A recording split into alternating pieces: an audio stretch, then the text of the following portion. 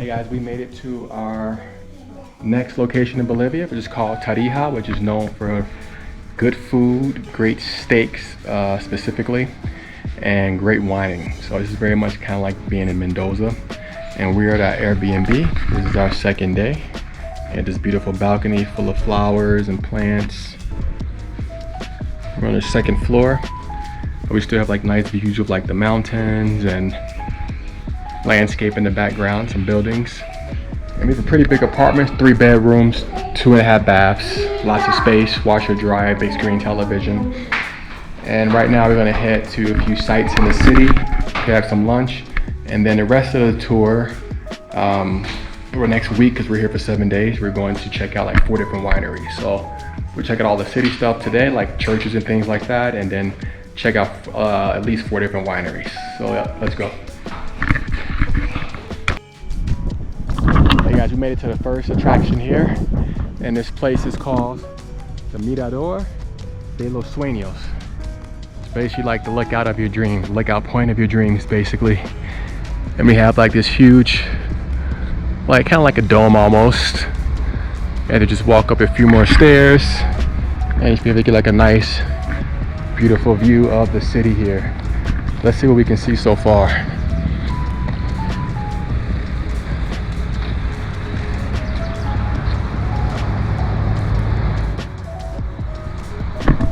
Very hot out. Today, I think it's like 32 degrees Celsius, which is about like 80, give or take. And tomorrow's gonna drop down to like 20 something. So like it fluctuates a lot. But it's a nice pace from a little colder weather that we had like in La Paz. So let's head out on our way up and check it out.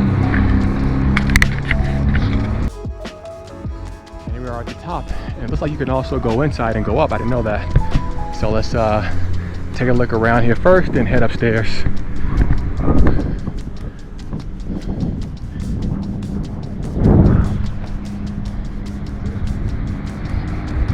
Look at those beautiful mountains in the backdrop.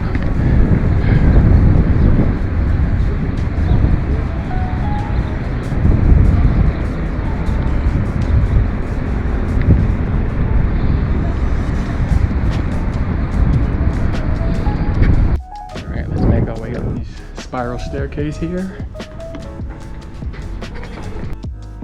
So I guess there's 2 different levels. You have one here, like the base, and goes up just a little bit more to the very top, which is outside. So we'll check out both.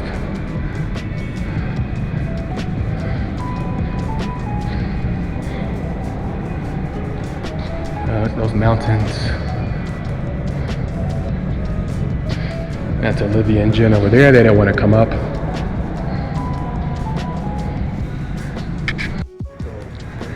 And we are at the top here.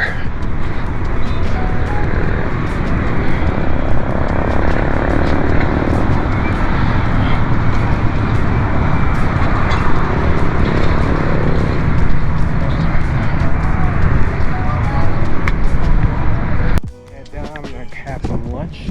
I bookmarked a couple of like well-known steakhouses here, and like I mentioned earlier, they're known for their steak. It's very similar to Argentina.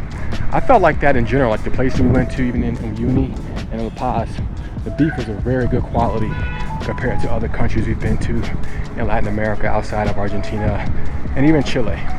So they have really good beef, really good food here in general. So except Copacabana, they didn't really have great food there, but every place else so far has been great.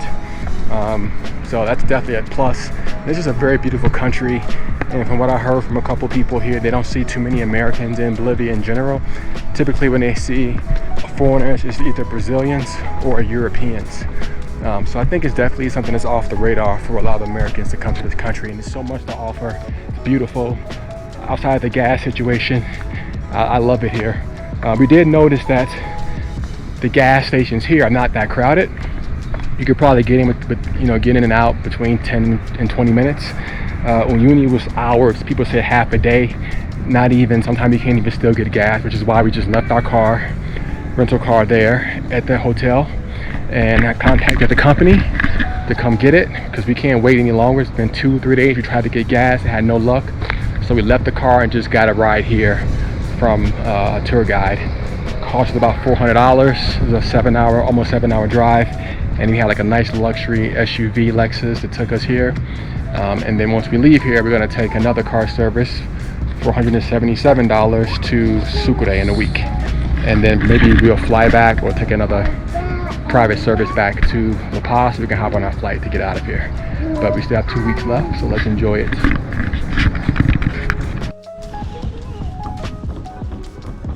Hey guys, we just finished our lunch, and right down the street we're able to run into Cathedral de San Bernardo.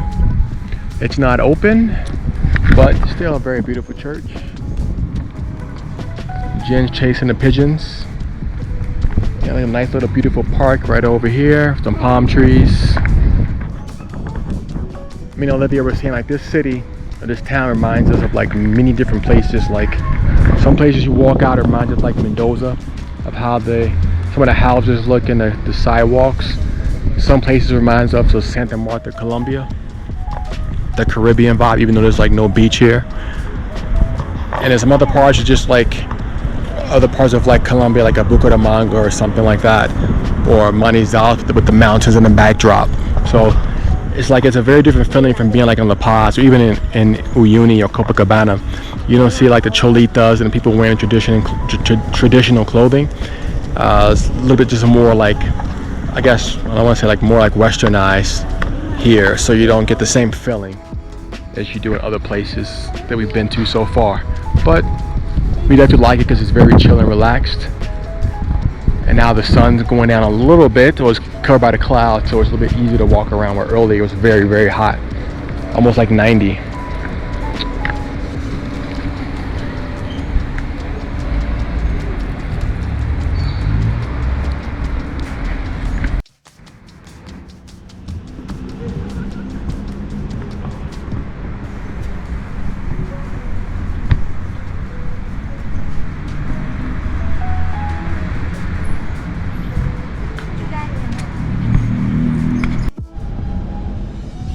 And now we are at Plaza Luis de Fuentes y Vargas.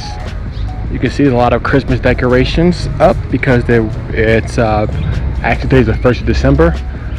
So it looks like they're still in process of putting everything up.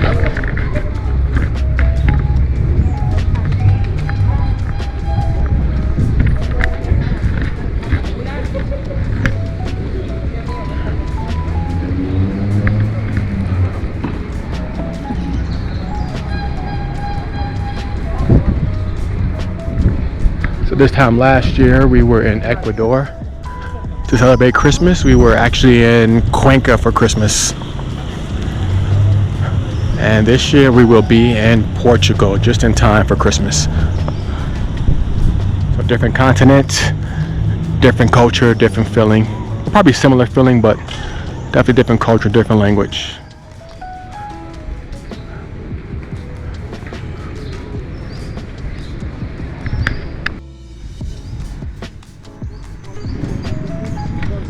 Now that Jen knows about balloons, he always wants one whenever he sees one.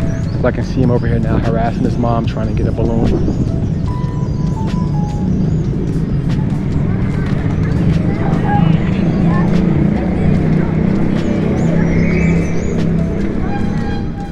Now like Parquet 93, huh? Parquet 93. Did you see other place have balloons? No.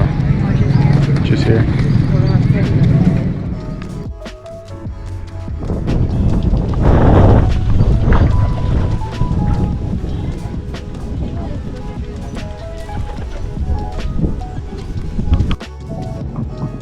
We're at the last point of entrance because the Mercado Central was closed today on a Sunday. It's the Castillo Azul, like the Blue Castle. It's closed here as well, but you still get some good video outside.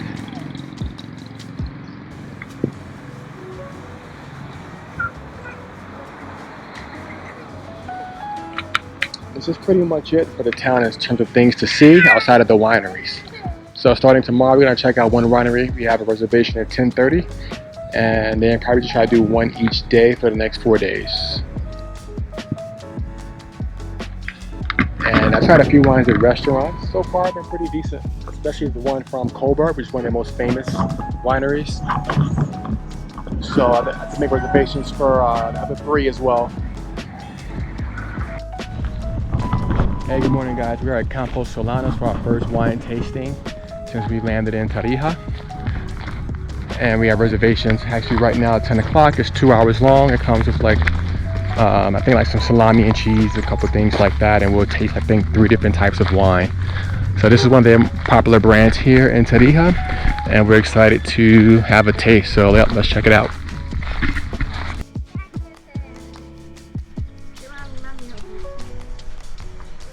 Jake, stop.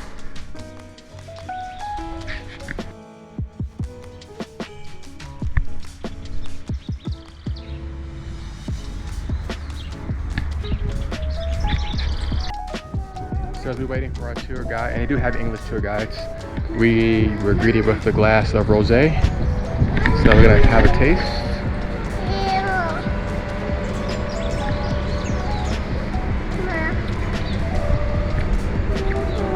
It's pretty good. I don't drink much rosés.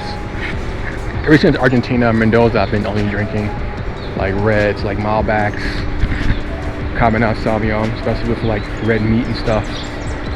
But yeah, this is pretty good and refreshing. And today's not as hot as yesterday. Today's like maybe like 70 degrees, where yesterday was almost 90. So definitely a better day to come to the vineyard.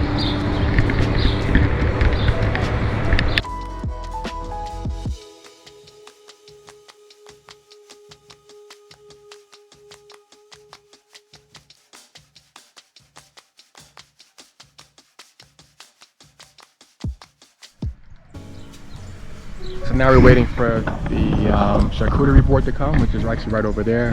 And we're gonna taste 3 different wines in addition to the rosé that we tried. So she said 1 white, I think 2 reds. So definitely excited about that. They've been in business about 24 years. So it's a young company. The oldest company here is Colbert, which has been in business about 60 years. But the owners of the company are originally from France, but they've been here like 4 generations. Gene, don't break that glass.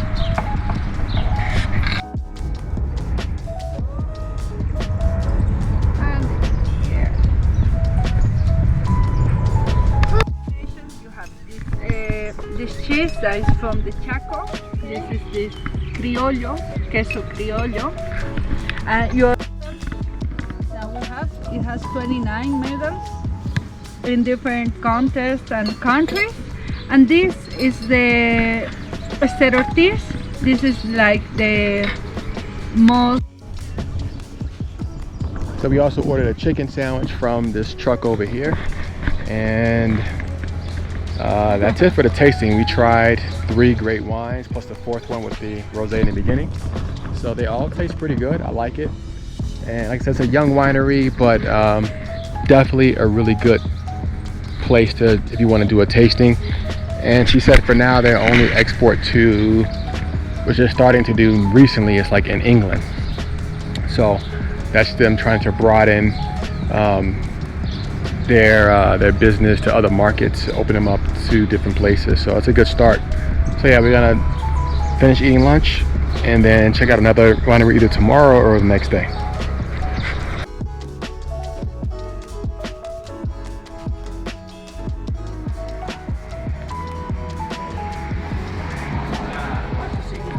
Oh, está bien? Sí. Ah, gracias.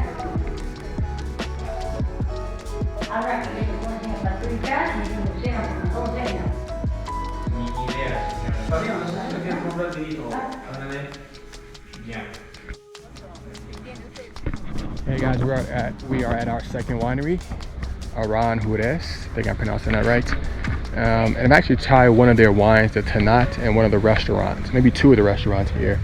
One we did a couple of days ago at a steakhouse, and then one I think I had it in La Paz, I believe, not 100% certain. I wasn't a fan of the Tanat, so I'm definitely looking forward to trying other types of wines they have here. And we have 2 more wine tours booked in a couple days. So we're gonna see one on Friday and then one again on Saturday. And actually one of them, Colbert, which is like the biggest and the oldest one, we have like a lunch plan at like 12:30, I believe. So we're gonna check out the restaurant and also like the bodega. Yeah, let's check this one out as soon as the guide is ready for us.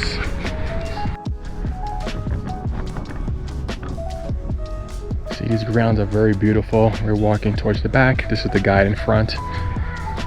And it's a very beautiful winery as well. There's some very nice wineries here. It's the second we've been to, but so far they both are beautiful. The other two that I've seen online, the pictures look amazing as well. So very well kept, very well maintained. Hopefully Bolivia gets more of a name globally for their wines, and people will come here to visit to boost tourism, because typically it's only just like the local people who come here, and a lot of their stuff are not exported worldwide or even just outside the country in general.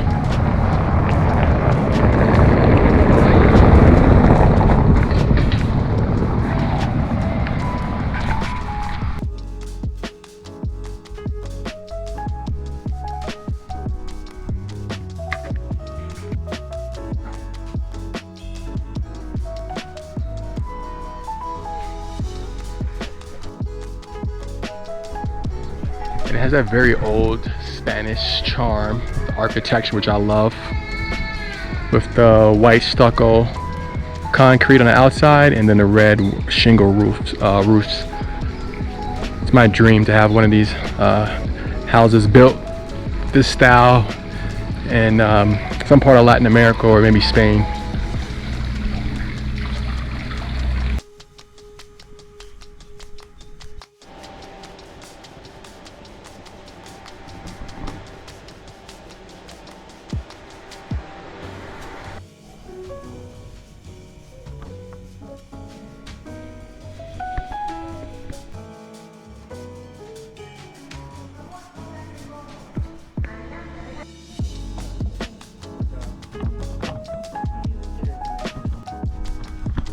So now we're gonna take this bus to the finca, which is where they grow all the grapes. We're gonna try 3 other wines. Right now we just tried like the Moscato type of wine, very fruity. And now we're gonna try a different one, 3 different ones.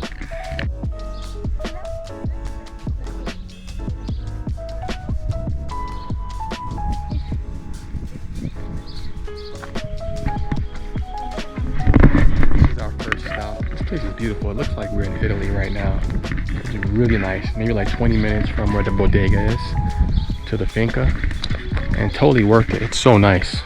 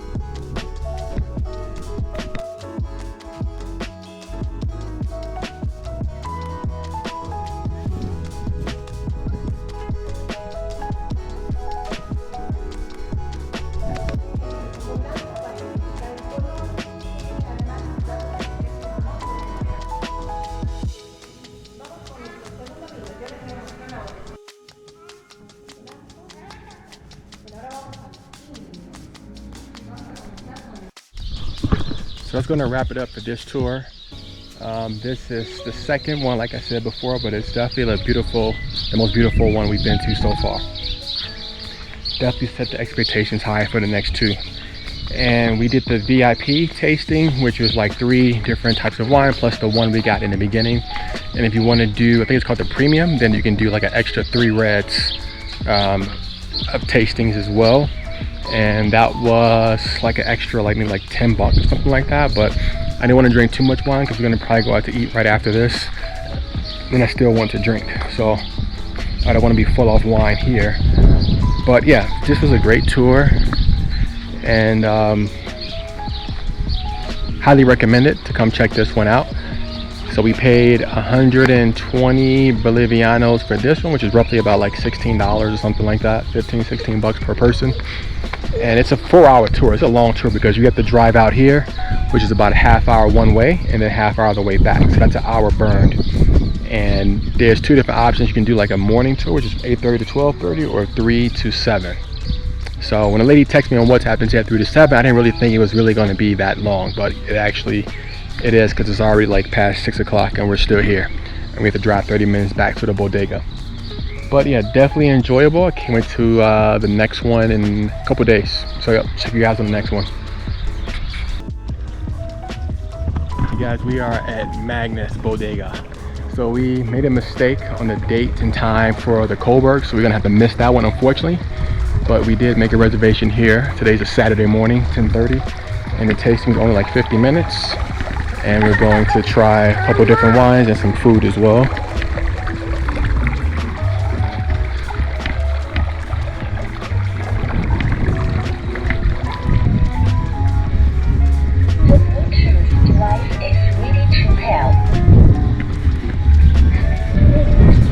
That's all food for you. I won't eat any of that. Which one is your wine? So it's definitely a boutique winery. I think they have like about 3 acres, he mentioned. The tour is only about like 10 bucks per person. And it's like 50 minutes, which I like because it's not too long, but you still get to sample a couple different wines. And everything here is organic, sorry. And you can see like all the vineyards here, some back here. But it's definitely a beautiful bodega for sure. But to be honest, we tried a couple wines. Sauvignon Blanc is their #1 export. I tried the Merlot and Cabernet blend, and also just the Cabernet Sauvignon by itself. And honestly, I don't like any of them. But the tour guide's nice. The place is nice. I really wish we had a chance to see Coburg. But I did get a chance to taste at least like their classic wine at a restaurant, and I'll probably order something today as well for lunch. So there's also horses back here. That's definitely a plus, because other vineyards we've been to, they didn't have any animals or anything. That was one thing that was cool about the one in Brazil we went to when we were in Florianopolis, and we drove out to that one. They had like some horses, like you can actually like rent places to stay there and also ride horses, which was cool. That was Jen's first time on a horse. It's like a little church here, more vineyards, and then this beautiful horse. So this is our last day in Tarija, and then tomorrow we get a car and they'll take us to Sucre. It's like a 9-hour drive from here, and we're there for about 5 days, and then we'll head back to La Paz for a day, and then we hide out to Cuba.